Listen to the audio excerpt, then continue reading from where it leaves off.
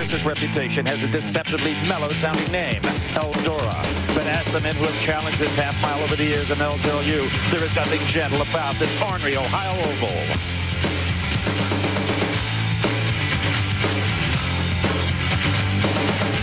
Tonight on TNN, the Pennzoil World of Outlaws go gunning for Eldora's elusive glory in the appropriately named Eldora Clash.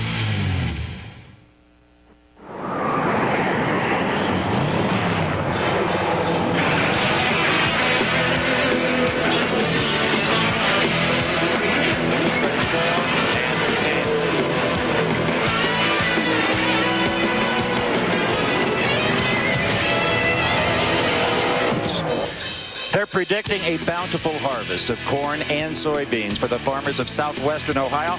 But right in the middle of all this ag serenity lies legendary Eldora Speedway. Here, they farm fans. And a bumper crop is on hand for tonight's Eldora Clash live on TNN Sports. This year, we've been fortunate to visit some brand new state-of-the-art tracks. And as great as they are, they'll never replace tracks with the kind of history that Eldora enjoys. Now, this is the second night of a two-day show, so why not let's go back and look at last night's preliminary A feature. And it was interesting in a lot of ways. Now, the fans in the stands at Better Bobber 2 had the farm on Sammy Swindell, the number 1 car of the blue Channel Lock machine. He had crushed him in the heat, crushed him in the Channel Lock dash. He was going to win this 25-lap affair. Or was he? The number 20 car of Johnny Herrera shot out into the lead and was extending it. Sammy fighting for second. All of a sudden looked to his left and, hello, it's the Wild Child, the 22 car of Jack Houdenchild. Houdenchild also put Sammy behind him. Now Sammy running third when he was very confident he might win this thing. Right in the middle of the preliminary feature, disaster for the 5M Mopar car. Mark Tenzer with motor problems. He ultimately would finish in the 23rd spot. A minor little points beating there. But still, it was the 20 car, the 22 car. Herrera and Hahn, Herrera and Hahn.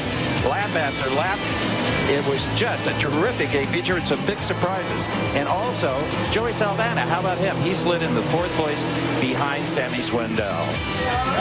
Right now, let's go down to the pits with a man of the moment last night, and that is the associate editor of Open Wheel magazine, Dave Argabright. Yes, indeed, Steve. The 20 car of Johnny Herrera was impressive last night. Johnny, how do you use last night's win? How do you carry that momentum into tonight? Well, you know, it's another night. It's a new night. But I tell you, if we just pick up where we left off and try to keep up with the racetrack, how it's going to change throughout the night. You know, we're not going to get as many laps as we got on it last night. So, you know, we get to run the dash there and just trying to watch the racetrack and watch the other heat races and the other races throughout the night and keep up with it. He feels very confident for tonight. Bobby Gerald? Well, for Mark Kinzer at the Eldora Speedway, it's been sweet and sour throughout his career. 3 feature wins have been the good side, but on the bad side, you've had some accidents here. You've had different things going on with the motor, and a fluky deal last night. What happened? Well, it was strange. Last night, we picked up a piece of debris that actually shredded off our radiator, and it pinched an oil line, and then which in turn starved the motor for oil, and the motor blew up. And in a deal like that, obviously nothing you can do. How does that set you back now for tonight's action? Well, I think we might have been able to crack the top 4 last night, and now tonight we didn't qualify very good, poorly actually at best, and we're 21st, so we got our work cut out for us tonight. Mark Kinzer's going to have his elbows up, Steve Evans. He is indeed. Hi, everybody, and welcome to our show live on TNN Sports. I am Steve Evans. As always, this is Brad Doty, and you more than anyone could tell us, anytime you come to Eldora, I don't care how many years of experience you've got, it's a gut check. It really is. The experience at this place is key, too, and the guys with the experience usually do the best, but it's intimidating to even some of the top World of Outlaw teams. Some of these drivers that come here usually don't run too well, so it is a real gut check, Steve. Let's have a look at the format for tonight's races. First of all, there's going to be 4 heats. There'll be 8 laps each, and the top 4 will transfer to the A main. Those are the heat races. Then there's 2 channel lock dashes. Each are 8 laps. Or 8 cars, rather, 8 laps or 8 cars. Then there's a B feature. That's 12 laps, 16 cars. The top 4 go to the A, which will be a huge 30 laps and 24 cars. And don't forget that we're also going to be here tomorrow night with the huge Kings Royal for $50,000 to win. Same time, same station. Be sure to join us. Right now, let's show you the top 10 in Outlaw points as of right this second. In the number 10 spot is Jack Houdenchild. Just 1 win. That's kind of a surprise. In number 9, he was helped a bit last night as Johnny Herrera has 1 win, the first race of the year, and has been sliding backwards, actually. Joey Saldana, 33 starts, 0 wins. Some consistency, though, has him in 8. Then there's Andy Hillenberg, 33 starts as well, 2 wins, 1 preliminary feature. He's in the 7th spot. Dale Blaney got his first win a few weeks ago of his career in the World of Outlaws. He's in the 6th spot. Danny Lasowski, we thought maybe he was going to rule the season with a great start. 8 feature wins, a lack of consistency, though.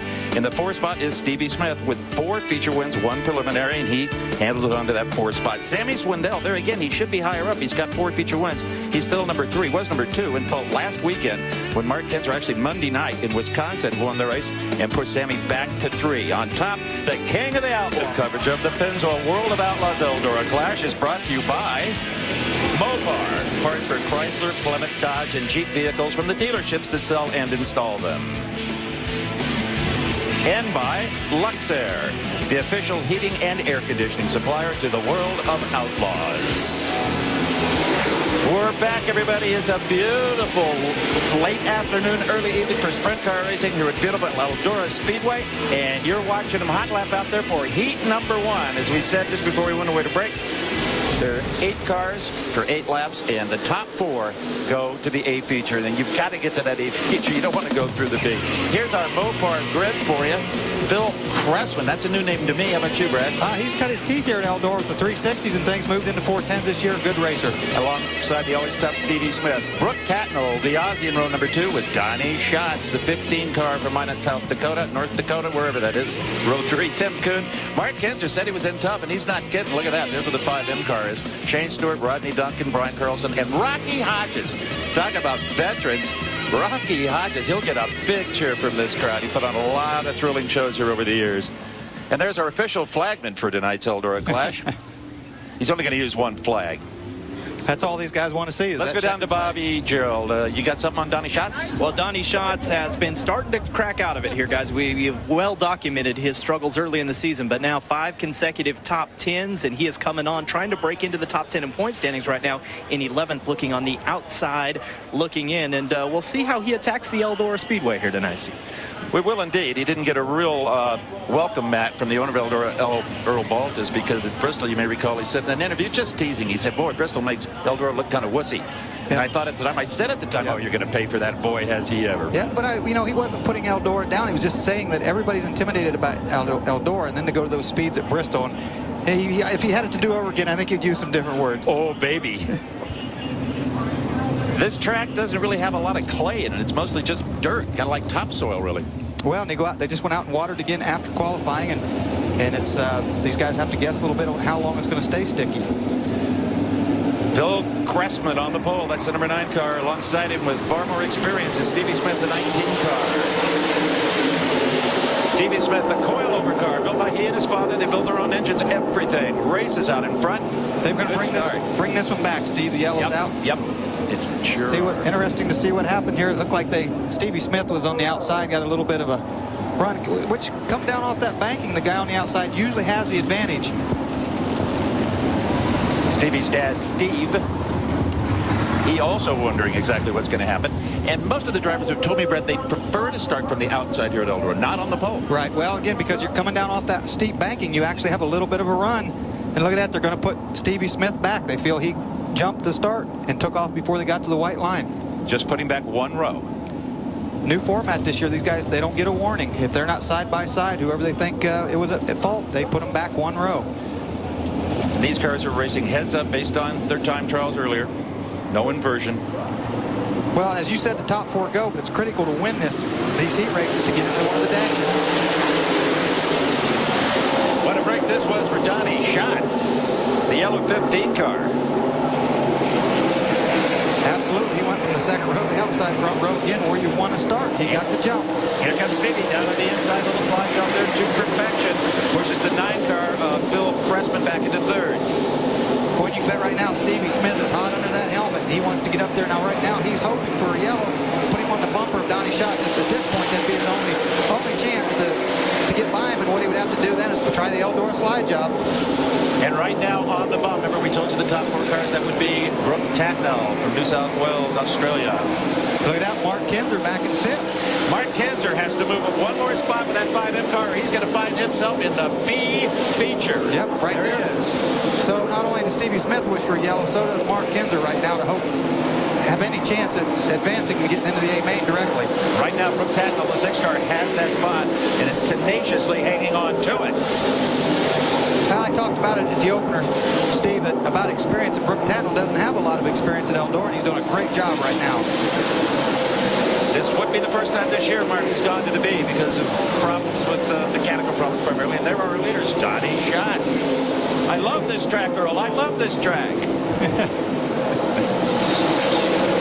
Oh, Stevie Smith just about tagged the wall right there.